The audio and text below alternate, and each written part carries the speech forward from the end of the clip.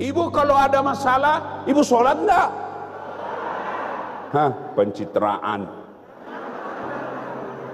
Yo, biasanya ibu-ibu kalau ada masalahnya bukannya ngambil wudhu, ngambil handphone, curhat di Facebook, curhat di WhatsApp. Tidak kusangka kau begitu, Pret. Ayo, Bu, ketika ada masalah, ibu jangan update status.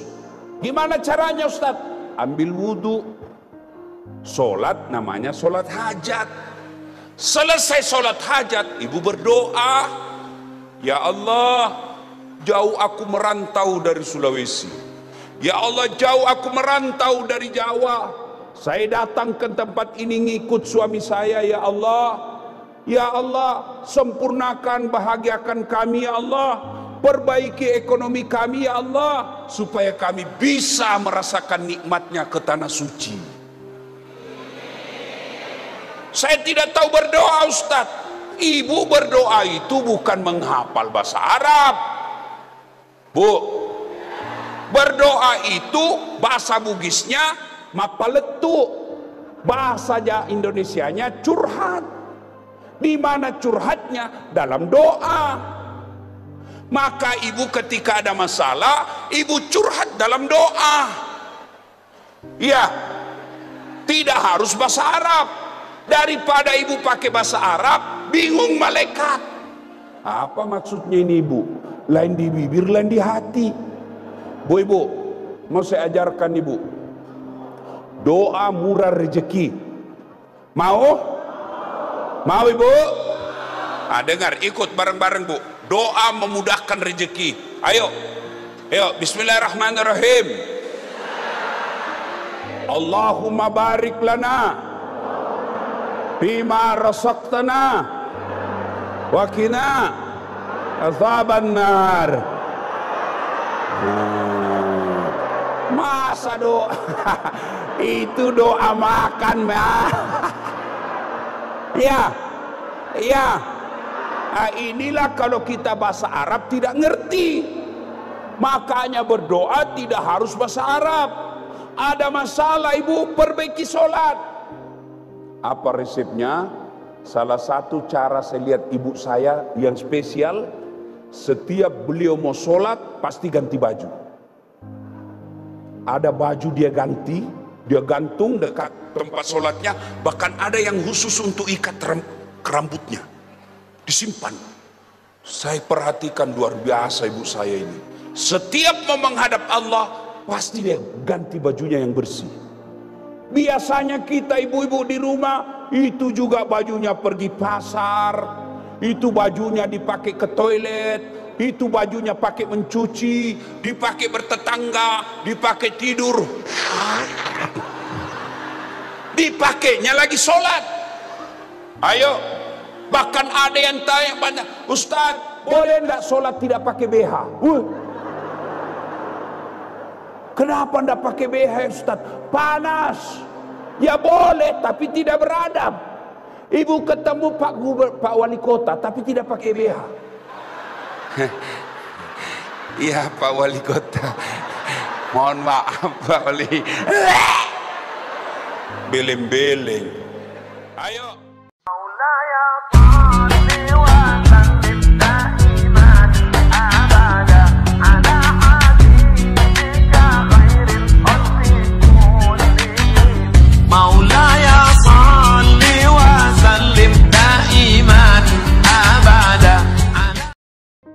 Maka saya mau ajak selawat nih, Bu. Bisa? Ayo ikut sama saya, Bu. Ikut ya. Yuk. Salatullah salam ala toha salatullah ala yasin. Masya Allah, terima kasih. Ini bukan kencang, ini namanya syahdu. Makanya suara begitu yang kasih nafsu laki-laki, Bu. Makanya ibu-ibu janda Kalau ditelepon sama suaminya orang, jangan mendayu-dayu suaranya, Bu. Assalamualaikum Ibu. Waalaikumsalam. Bagaimana suaranya orang tidak tergoda? Lagi di mana Ibu? Di rumah aja, Pambue. Kalau ditelepon suami orang, Bu, tegas. Assalamualaikum Ibu. Waalaikumsalam. Lagi di mana Ibu? Di rumah. Lagi ngapain? Apa kau tanya-tanya? Oh, enggak diteleponnya lagi besok. Waalaikumsalam.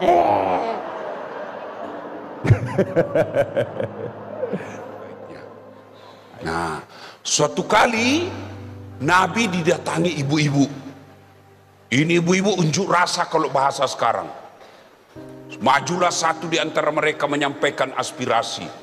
Ya Rasulullah, katanya Islam ini adil. Katanya Islam tidak membedakan laki dengan perempuan. Nabi berkata, iya memang begitu. Tapi ya Rasulullah, setelah kami pikir-pikir, lebih banyak pahala laki-laki daripada perempuan. Kok bisa kamu bilang begitu? Ya Rasulullah, laki-laki dianjurkan ke masjid berjamaah, kami tinggal di rumah. Laki-laki pergi perang medan jihad, bisa dapat jihad, mati, masuk ke surga. Kami ngurus anak di rumah. Ini laki-laki lebih banyak pahalanya ya Rasul.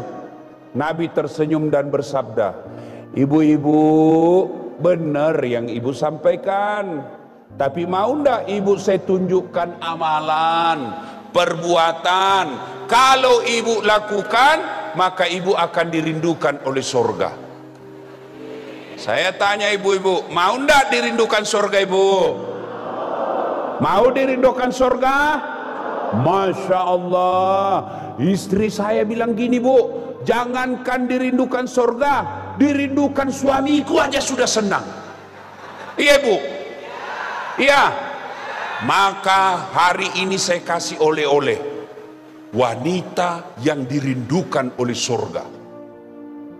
Surga yang rindu sama ibu. Coba, tidak ada ayat hadis mengatakan laki-laki yang dirindukan surga. Tapi ini wanita yang dirindukan surga. Surga yang rindu sama ibu. Dan syaratnya hanya 4. Berapa ibu? Berapa? 4. 4 saja syaratnya. Lebih susah syaratnya jadi anggota DPR. Apa syaratnya? 1. Kata Nabi, aqimis shalah, dirikan sholat. Kok wanita dianjurkan, kok wanita dikhususkan pelihara sholat?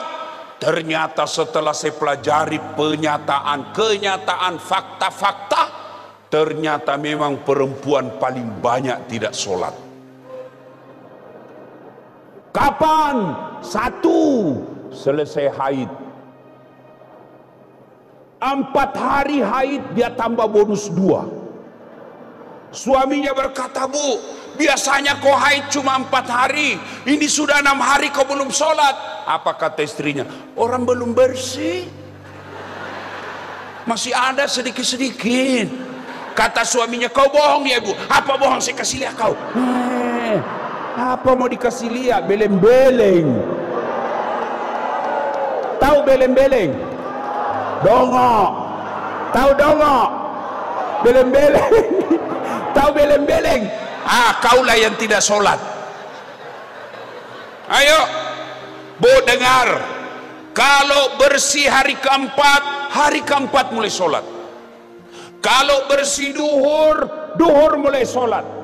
Misal nih Bu haid hari kelima, ternyata begitu, mohon maaf, masuk ke toilet, tidak ada lagi nih, maka duhur mulai sholat.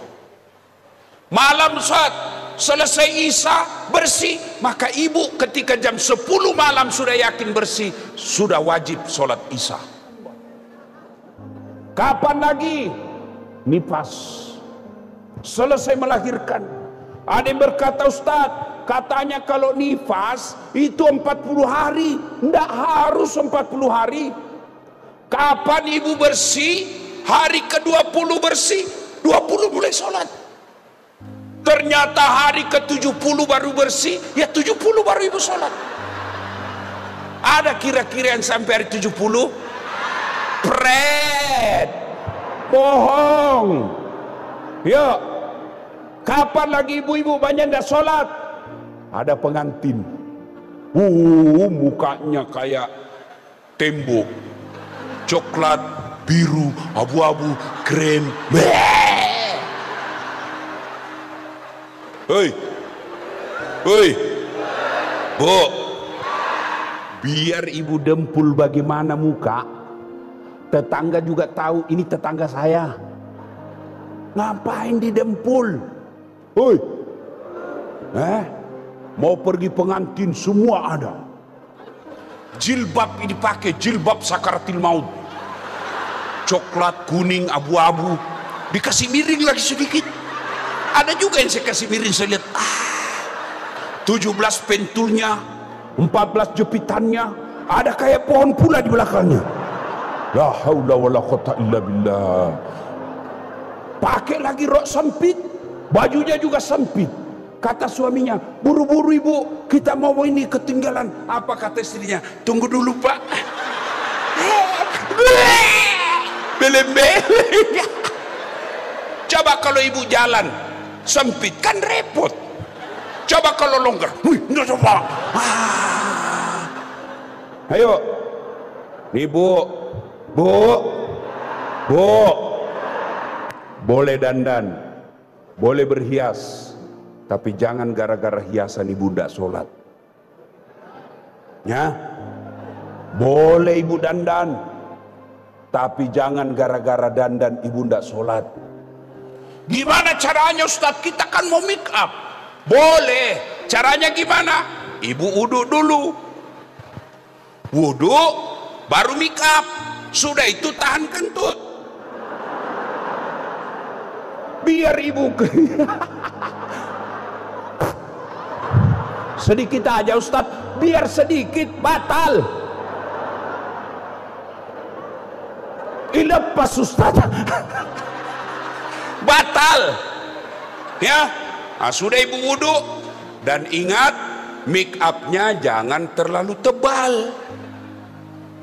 Lipstiknya tebal betul, coklat, karena dia tebal sekali, takut rusak semua dandanannya. Dia wudhu airnya cuma begini. Beleng-beleng. Takut dia punya rusak bedanya, dia cuma begini. Dongo. Hoi. Bagaimana caranya Ustadz? Ibu wudhu dulu, sudah itu dandan seadanya. Ya. Bagaimana kalau jabat tangan Ustadz? Berbeda pendapat ulama. Syafi'i batal kalau bukan mahramnya bu, sama laki-lakinya orang, batal. Kalau tidak nafsu, Imam Ahmad bilang tidak batal. Makanya saya kalau mahasiswi saya di Unhas yang masih muda, cantik, mulus-mulus, saya tidak mau jabat tangan.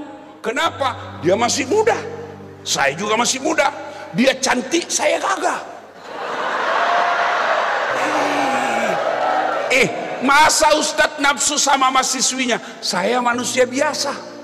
Ayat tidak mengatakan la taqrabus zina illa Ustadz, jangan dekati zina kecuali Ustadz. Ustadz juga hancur kalau ketemu cewek cantik.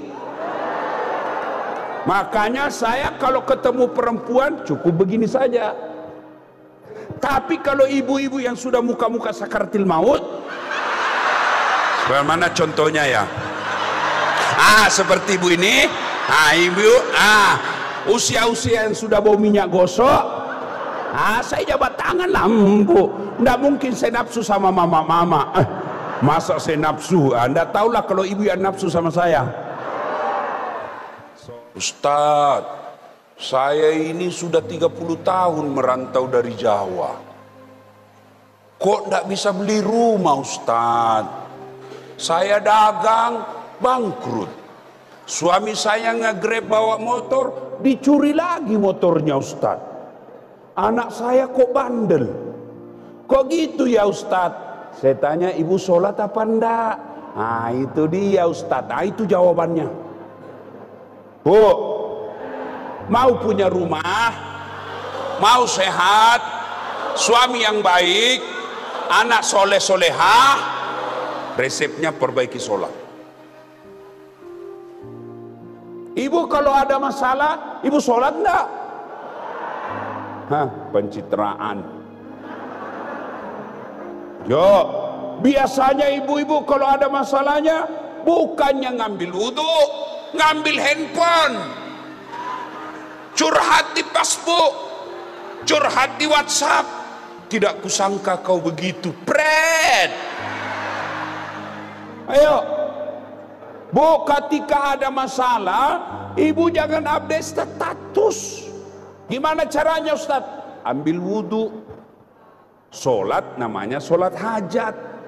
Selesai sholat hajat, ibu berdoa, ya Allah, jauh aku merantau dari Sulawesi, ya Allah jauh aku merantau dari Jawa, saya datang ke tempat ini ngikut suami saya, ya Allah. Ya Allah, sempurnakan, bahagiakan kami ya Allah, perbaiki ekonomi kami ya Allah, supaya kami bisa merasakan nikmatnya ke tanah suci. Saya tidak tahu berdoa Ustaz. Ibu berdoa itu bukan menghafal bahasa Arab, Bu. Berdoa itu bahasa Bugisnya mapaletu, bahasa Indonesianya curhat. Di mana curhatnya? Dalam doa. Maka ibu ketika ada masalah, ibu curhat dalam doa. Ya, tidak harus bahasa Arab. Daripada ibu pakai bahasa Arab, bingung malaikat. Apa maksudnya ini ibu? Lain di bibir, lain di hati. Bu ibu, mau saya ajarkan ibu. Doa murah rezeki. Mau? Mau ibu? Nah, dengar, ikut bareng-bareng bu. Doa memudahkan rezeki. Ayo, ayo, Bismillahirrahmanirrahim.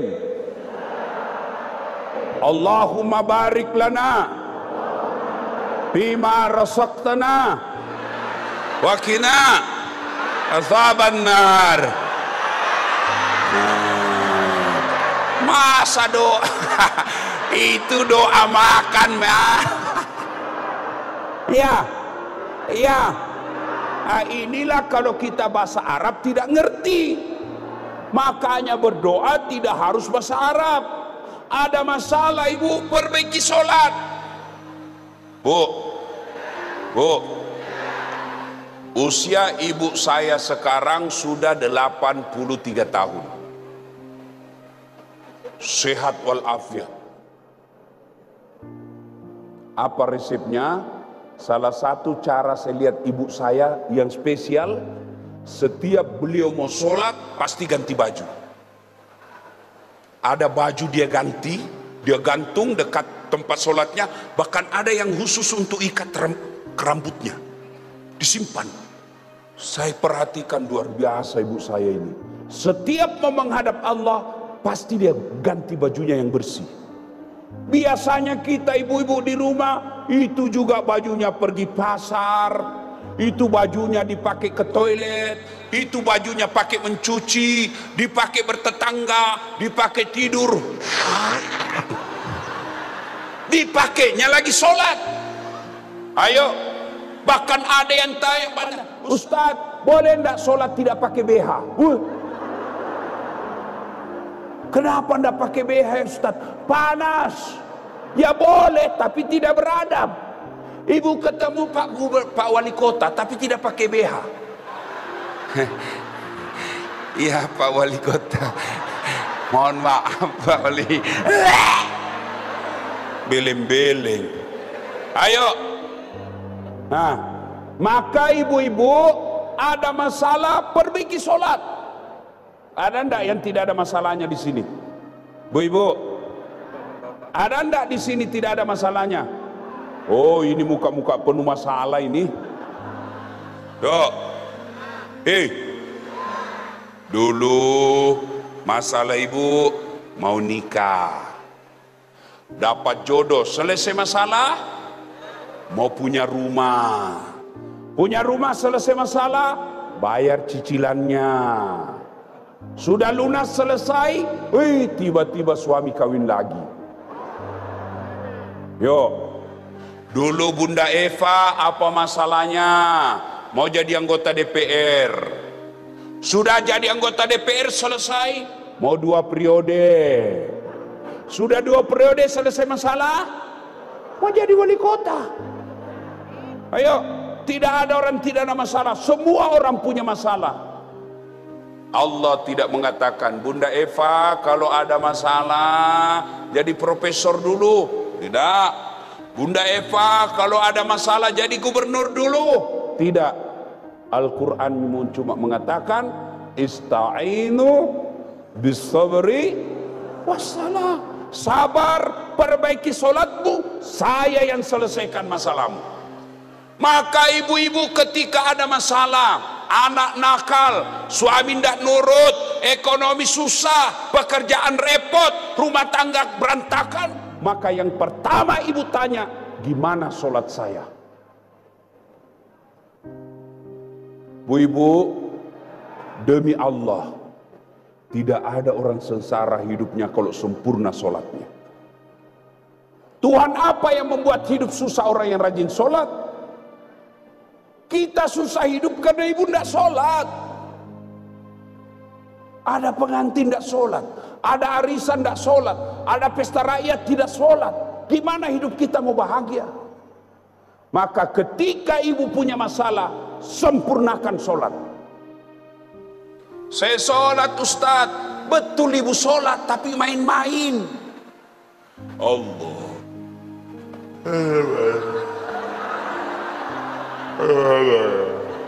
Alik yaum. Iyyaka na'budu wa iyyaka nasta'in. Ihdinas siratal ladzina fa'alaihim ghairil. Siapa ajar begitu? Ada juga orang sholat ibu kayak ditiup angin.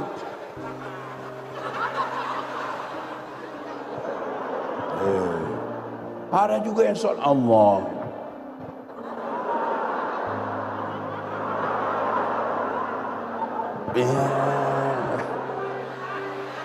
Ayo, ayo, ya, Bu, perbaiki sholat. Allah yang selesaikan masalah ibu.